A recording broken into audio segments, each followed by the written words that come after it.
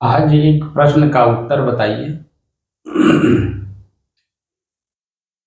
मोक्ष कहीं बाहर है जो हमें प्राप्त करना है। मोक्ष सब अवस्था है जब हर चीज़ से आदमी खत्म हो जाए, उसका कुछ न बाकी रह जाए, वही मोक्ष एक अवस्था है। कुछ बाकी न रह जाए, सब समाप्त हो जाए।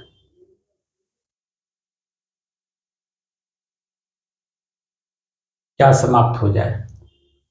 उसका जितना चिपकाहट रहे, मोह माया रहे, जो भी जितना रहे, सब कुछ भी उसको न बाकी रह जाए कि कुछ बाकी रह जाए। सब मोह तो जितना समाप्त हो जाए, कुछ बाकी न रहे, वही अवस्था मोक्ष अवस्था है।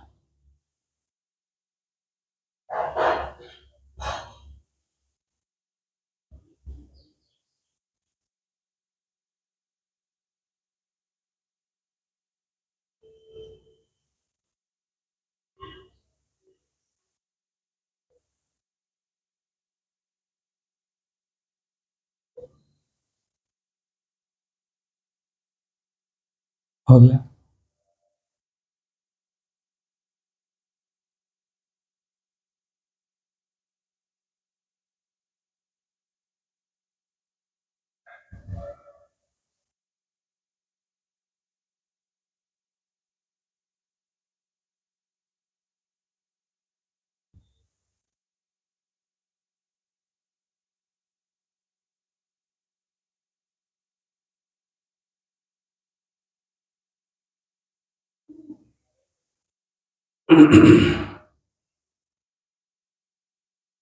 अपने ही चंचल मन को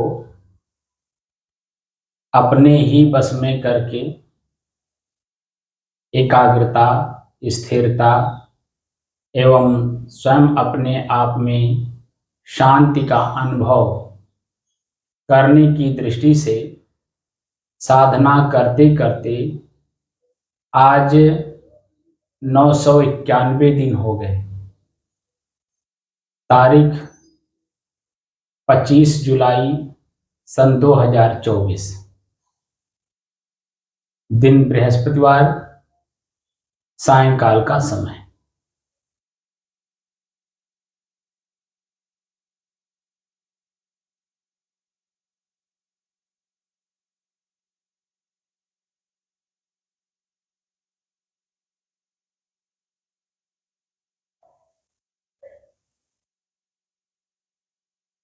मोक्ष स्मरणों का एक जाल है जिससे मुक्त होने के बाद प्राप्त होता है।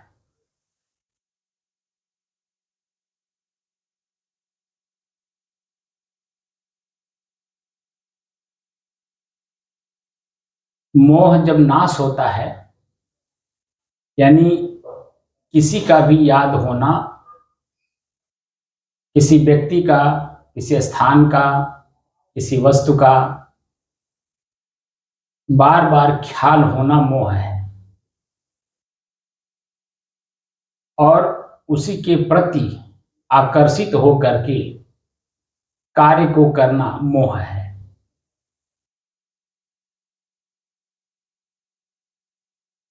और किसी का स्मरण न होना, ख्याल न होना, बिल्कुल शांत भाव में बने रहना, किसी व्यक्ति के प्रति, किसी स्थान के प्रति, किसी वस्तु के प्रति अगर कोई कार्य करना पड़े तो एक के प्रति मोह ना हो, एक के प्रति द्वेष ना हो। ये जो अवस्था है वह मोक्ष की अवस्था है। व्यवहारिक काल में शरीर में रहते रहते, जब तक शरीर में कार्य करने की क्षमता है, कार्य को करते समय कार्य को देखना, जानना, समझना, तब कार्य को करना। और कार्य को करते समय सतर्कता, सावधानी और चेतना, इन 3 बातों का ख्याल रख करके कार्य को करना। व्यवहार काल में भी यह मोक्ष का दायित्व रखता है। और जब हम व्यवहार काल से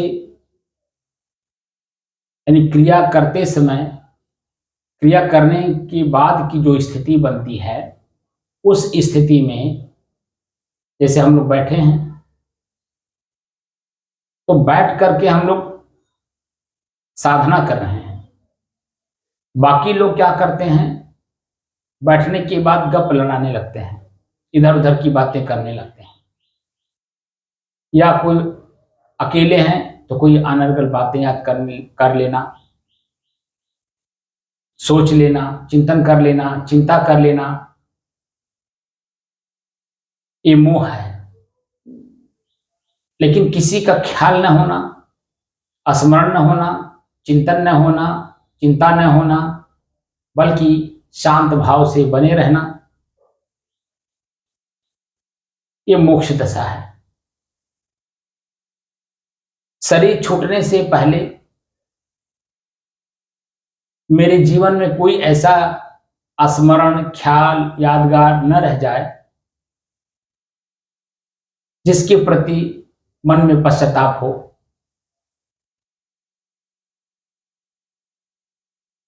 बार बार उसका याद हो, स्मरण हो या ख्याल हो।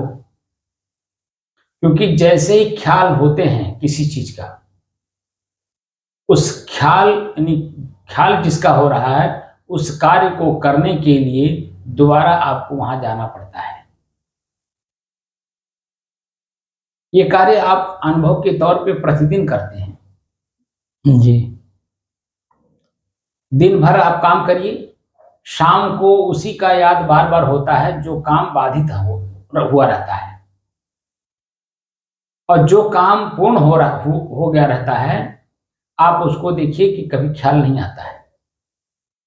और रात में जब आप सोते हैं, सोते समय सारी स्मृतियां, ख्यालात सब शांत हो जाते हैं, लेकिन ये ख्याल आपके मन मस्तिष्क में बना रहता है, यह काम हुआ नहीं है।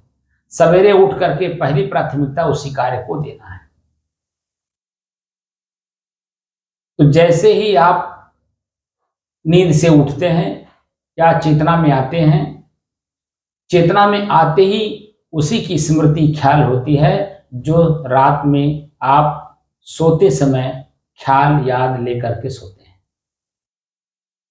उसी तरह से मृत्यु क्या है? सिर्फ निद्रावस्था। जी। पुनः आपको जन्म लेना पड़ता है। जैसे चेतना वहां जागृत होती है, उसी कार्य में आपका मन लगने लगता है। आप बच्चे को देखिए, बच्चा बार बार उसी चीज को छूता है जो पहले कर चुका है, उसमें उसकी आसक्ति बनी हुई है, उसमें उसकी यादगार बना हुआ है, उसी कार्य को बार बार करता है।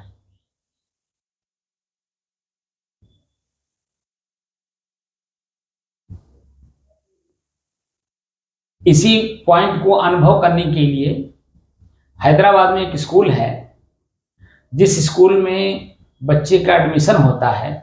एडमिशन के समय में एक हॉल है और उसमें खेलने के सारे वस्तुएं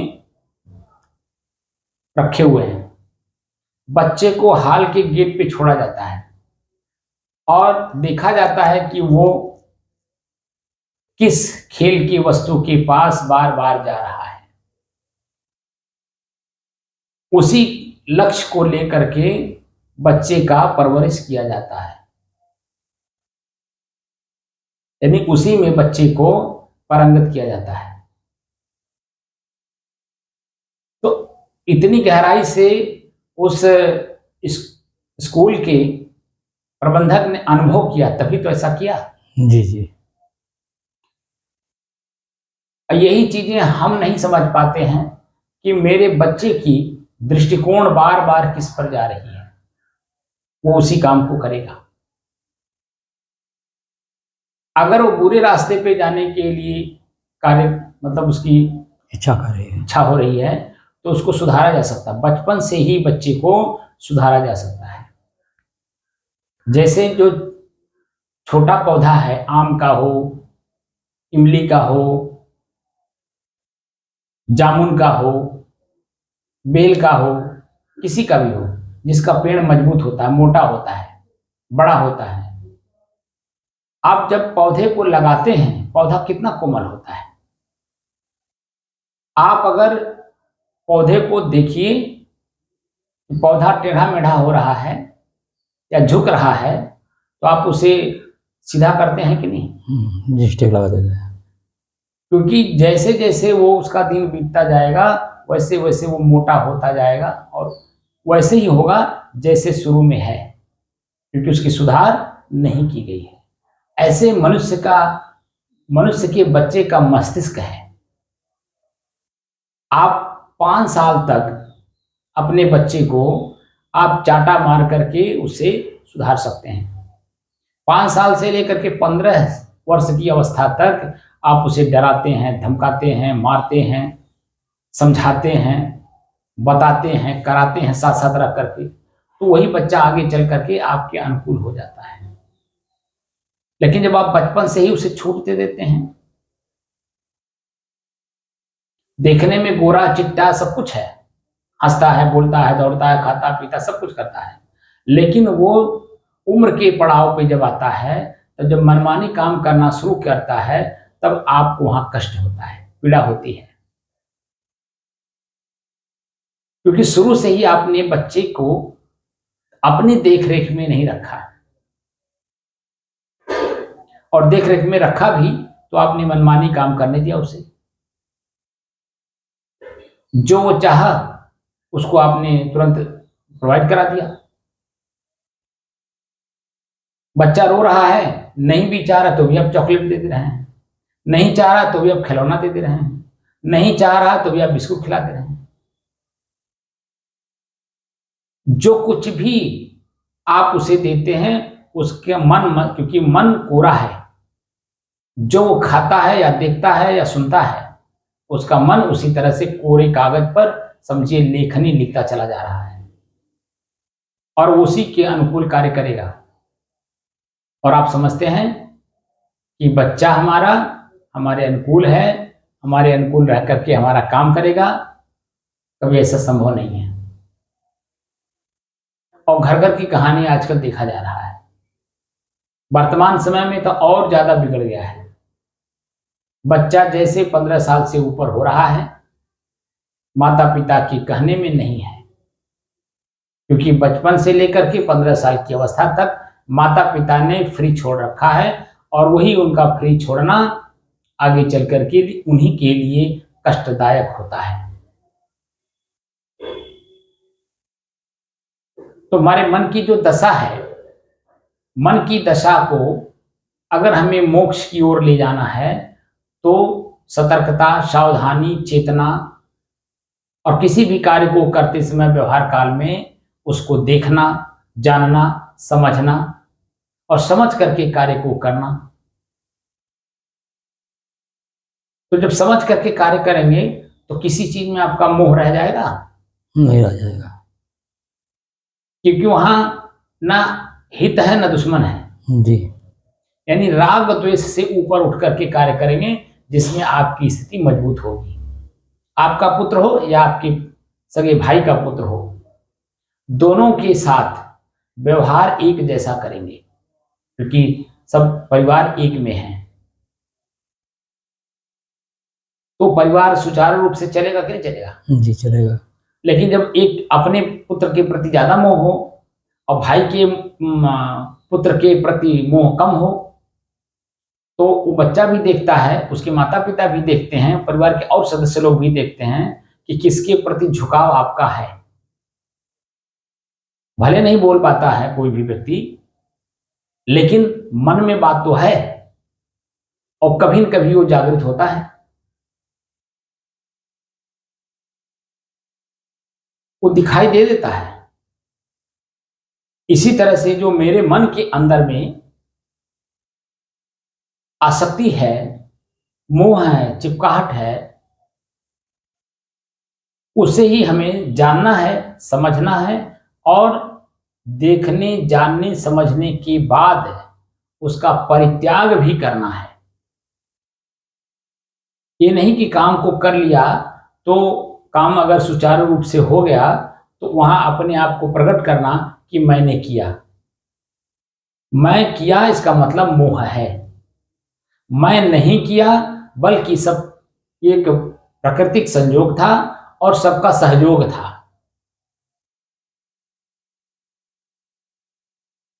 परिवार के सभी सदस्यों का सहयोग हुए बिना कोई कार्य में सिद्धि प्राप्त होती है? नहीं।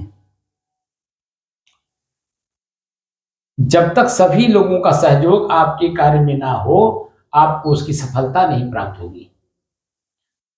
ये सब समक्ष सामने दिखाई देता है, फिर भी हम अपने ऊपर लेते हैं कि मैंने किया, और जो मैंने किया का भाषा का प्रयोग किया जाता है, यही आसक्ति का पहला लक्षण है।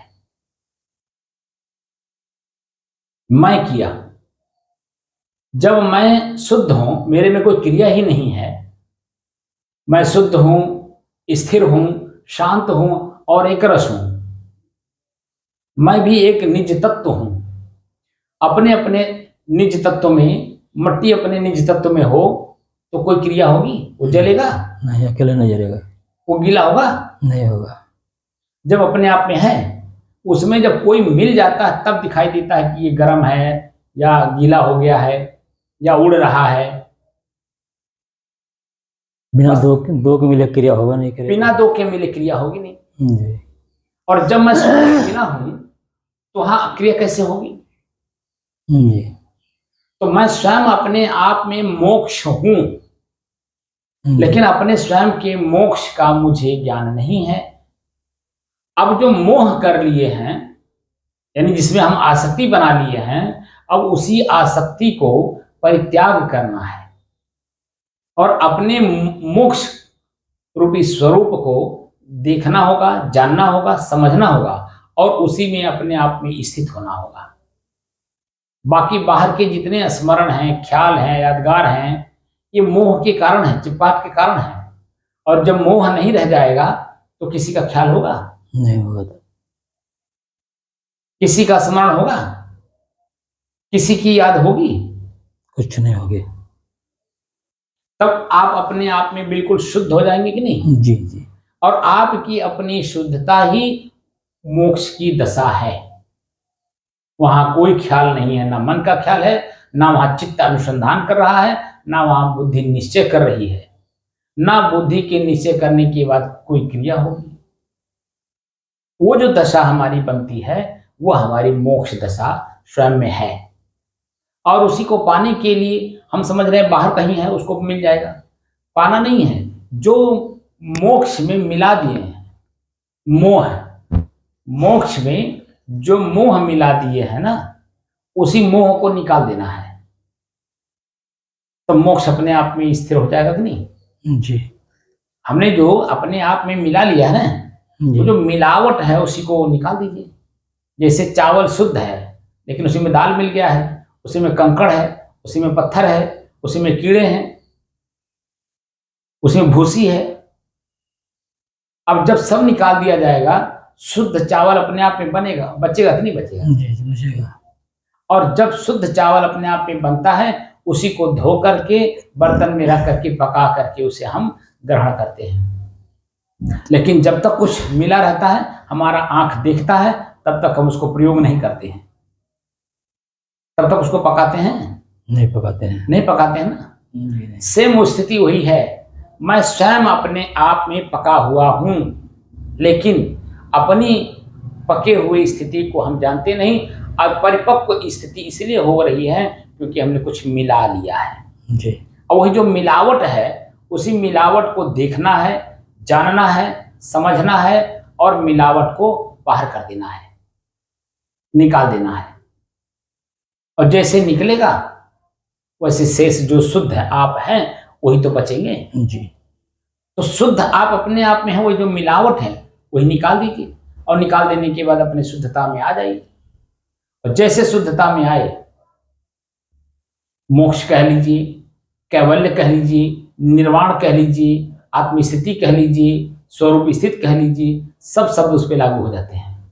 लेकिन जब तक शुद्ध अपने आप में शुद्ध जैसे हैं वैसे जब तक नहीं होंगे, तो कितना भी कोई, हमसे बहुत लोग पूछते हैं महाराज जी कुछ प्राप्त किए, यानी वो सिद्धि कहते हैं, सिद्धि कुछ प्राप्त किए। तो सिद्धि प्राप्त करने का मतलब क्या हुआ? कोई बाहर के चमत्कार, कुछ ऐसा कार्य कर देना जिससे लोगों का भला हो,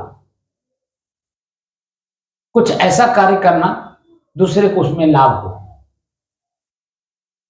और उस लाभ में आपका लाभ हो कि आपको वाहवाही मिले, आपको लोग अच्छा अच्छा कहें, आपको लोग धन संपत्ति से संपन्न कर दें, जमीन जायदाद से संपन्न कर दें, आपकी कीर्ति चारों दिशाओं में फैले। तो एक सिद्धि प्राप्त कर लेने से आपका मोक्ष नहीं हुआ, बल्कि और जो शुद्धता थी ना उसमें मिलावट आपने कर दी, जो विपरीत दशा है, शुद्ध विपरीत दिशा है। जी मालूम हो रहा नहीं मालूम हो रहा? जी जी। इसका मतलब है कि अन्य जो मिलावट हैं वो मिलावट यथावत ही बने हुए हैं, जी बल्कि कोई चमत्कार आपने ऐसा अपने जीवन में इजाद कर ली जिसको दिखा दिखा करके लोगों के बीच में अपनी वाहवाही लूट रहे हो।